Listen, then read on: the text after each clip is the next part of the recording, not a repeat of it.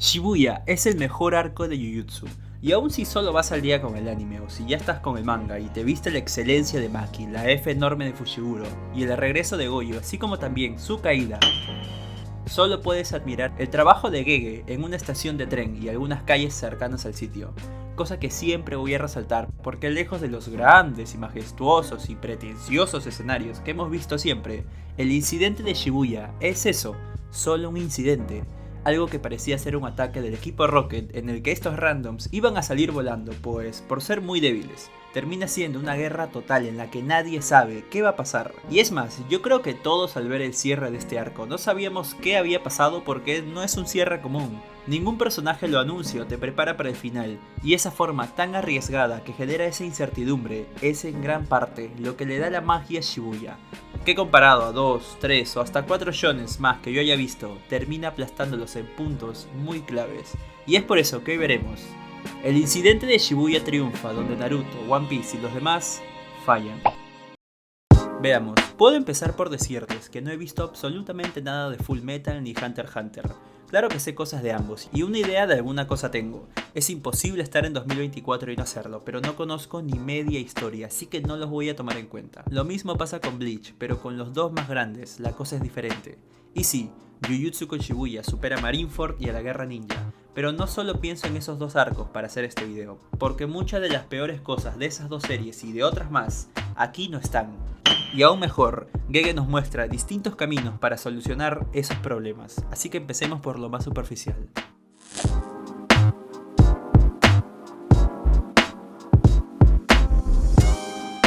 ¿Quién diría que esa trampa iba a funcionar? ¿Quién nos iba a dar siquiera una señal de que este tipo no era Geto? Y que esa excusa del tiempo que pasaría en la cabeza de Gojo al ver vivo a su viejo amigo sería el primer punto alto de todo este arco. Y es que el jugar con esa amistad que vimos en el pasado de Gojo para darle fin a su reinado es buenísimo. Al más fuerte no lo puedes derrotar con habilidades o maldiciones o con una gran fuerza como Toji. Es todo lo contrario, tienes que saber darle donde le duele y aprovechar tu oportunidad para acabarlo. Claramente el bajarte a Satoru es casi imposible y sellarlo bajo las circunstancias en las que se va es buenísimo. No estamos viendo a un Gojo que cometió un error tonto por andar de confiado y se dejó atrapar. No estamos viendo una coincidencia o una conveniencia. Estamos frente a una nerfeada completamente justificada e ingeniosa en la que este tipo se va completamente desconcertado. Vemos sus expresiones y claro, al ver a su hermano a quien perdió, al que nunca pudo superar y por quien cambió tanto su forma de ser con sus alumnos, es de lo mejor, porque ese es su punto débil.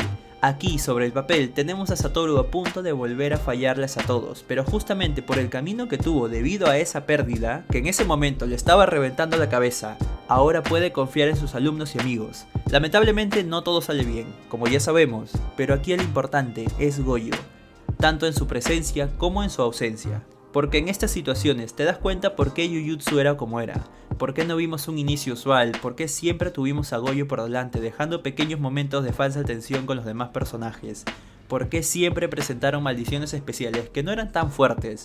Y es que claro, siempre fueron un peligro, pero todo personaje bajo la sombra de Gojo es nada en términos de fuerza. Sin embargo, bajo la sombra de Kenjaku, la cosa es completamente distinta. El peligro es constante y todo pasa de golpe. Ya sabíamos que había un plan y que Yogo y los demás sabían que no le iban a ganar, por lo que esa planificación debía haber sido bien pensada para que funcione. Y ya habrá un video para hablar de ese encuentro, por Dios. El peso emocional, narrativo y lo que quieras es gigantesco. Pero sigamos. La ausencia de Gojo es tan potente que incluso después de haber acabado Shibuya, afecta a todo. Todas las consecuencias son durísimas, todas las pérdidas duelen y en gran parte esto se debe también a cómo aprovecha el otro bando la situación.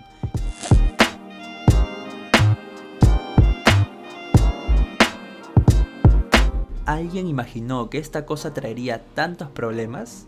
¿Alguien pensó en lo durísimo que sería ver a Nanami quemado por Yogo? Al menos yo no, porque básicamente hasta la partida de Gojo, todos estos no son más que randoms. Los malos de Shibuya nunca son pretenciosos, y ese trato viene desde el inicio, porque a este grupito lo vemos juguetear por todas partes, discutiendo su plan al aire libre.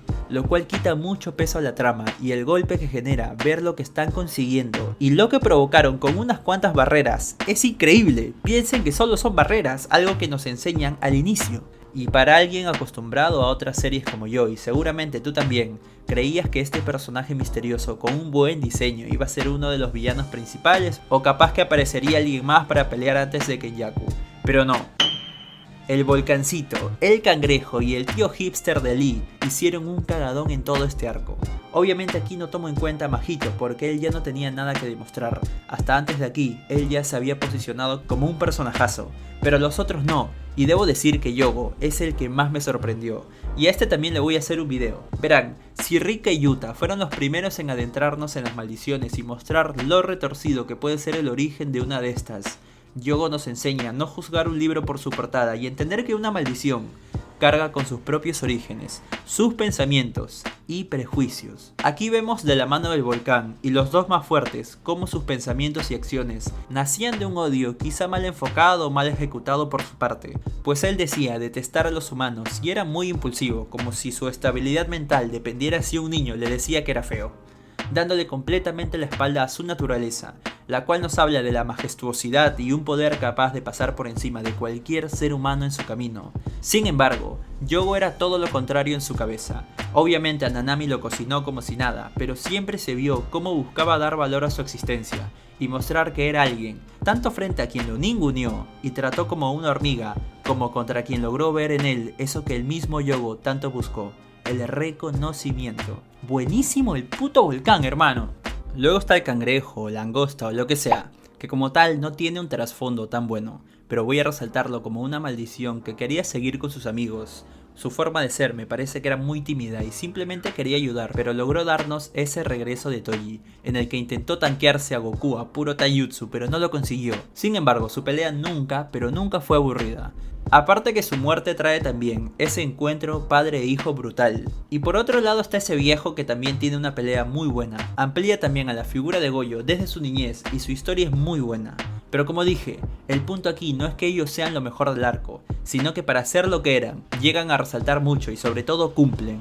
Nunca se hacen aburridos, sus peleas ni de lejos llegarían a considerarse relleno, y Yogo se come el manga durante una buena parte, cosa que ni los grandes Kages revividos, ni los almirantes o vicealmirantes consiguieron.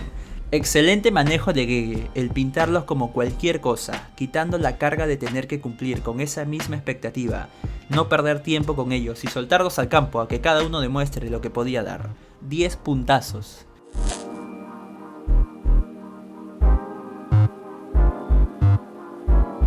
Es posible que esto sea de lo que más me gusta de este arco, por eso lo mencioné al inicio, y es que todo lo que vemos aquí no es más que un incidente.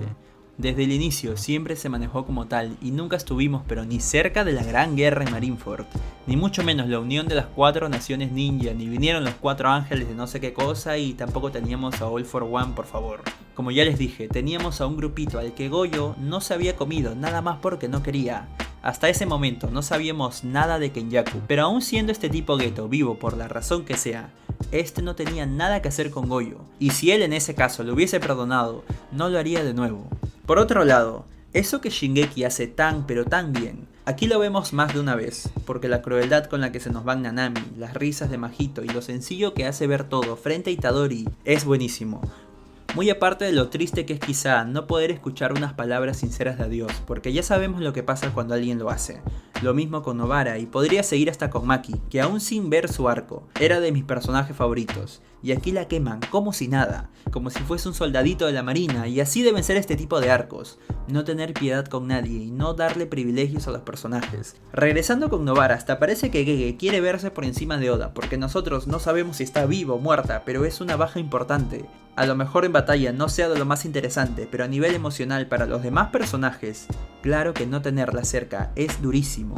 Y esto al lado de las falsas muertes y sobre todo esa tensión de papel que Oda nos intenta vender cada 4 capítulos es importantísima porque muestra que te puedes salir del molde, pero no pasa nada si lo haces bien.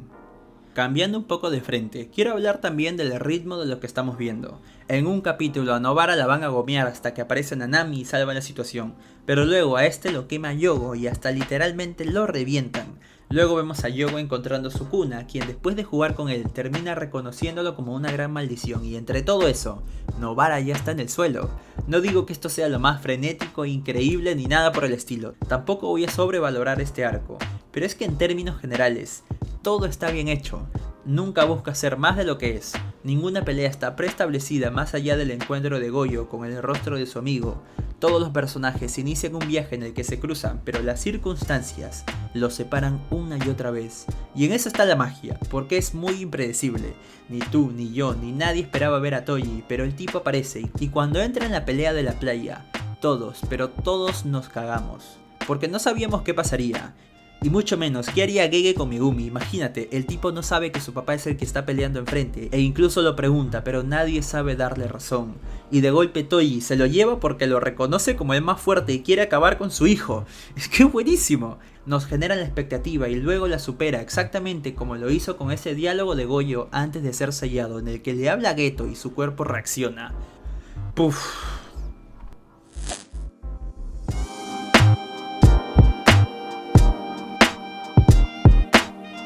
Empecemos por el cierre de Shibuya, que es sin duda el inicio de todo. Y es que esta es una de esas cosas que te dejan what the fuck, como el propio arco, y hasta parece que no acabó en sí, ya que no te deja realmente nada establecido. Goyo sigue sellado y solo queda seguir. Es más, si tengo que resumir lo que le sigue en una palabra, sería incertidumbre, porque si pasó lo que pasó en Shibuya, sin Goyo y con unas barreras, imaginen al salir de ellas. Todo el desequilibrio que genera su ausencia, lo de Maki, los Zenin, el juego este de Kenyaku, la presencia de Yuta y otras cosas más, hacen que la única respuesta natural sea intentar romper el sello de Satoru para tratar de arreglarlo todo. Y piensen que lo que provocó este arco, obviamente si lo comparo a la guerra ninja, los resultados capaz que estén algo equiparados, porque al ser el final de Naruto las cosas cambiarían sí o sí. Pero, si vamos a One Piece, esto es completamente superior. Y si han visto mis videos saben cuánto me gusta One Piece. Pero hoy, no sé a cuántos años de Marineford, yo no siento los resultados de aquellas palabras de Barba Blanca sobre el One Piece. En su momento fue increíble y majestuoso y todo, pero se supone que eso cambiaría muchas cosas y la verdad, no pasa nada. En Jujutsu la cosa es distinta, porque Shibuya es determinante e incluso las consecuencias de lo que vimos se reflejan desde el capítulo 1 hasta el capítulo de esta semana, y sé que seguirá siendo así quizás hasta el final de la serie.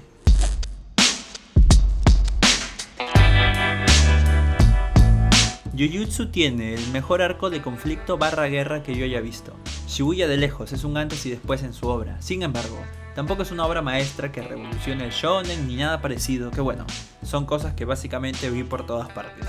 En sí, a mí me gusta más el arco previo sobre el pasado de Goyo, pero porque una de las mejores cosas que hace Jujutsu es precisamente parecerse tanto a Naruto en algunas cosas, y aún así, darle su toque personal y tan directo. Verán, el encuentro de Goyo con Kenyaku y su reacción al ver la cara de Suguru es un golpe a la nostalgia. Aquella reacción de Toji al reconocer a su hijo nos muestra una capa más profunda de este personaje que aún estando muerto. La necesidad de Yogo por buscar aprobación frente a Sukuna profundiza en las maldiciones y el respeto que pueden sentir entre sí. Las pérdidas de Nobara e incluso Nanami te pegan porque lo normal era esperar que se salven, pero Gege respeta lo suficiente a sus personajes como para no jugar con ellos y hacer que cumplan su función.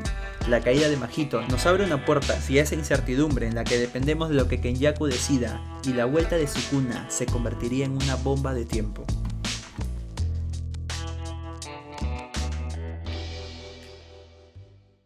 Y ya, muchas gracias por llegar hasta aquí.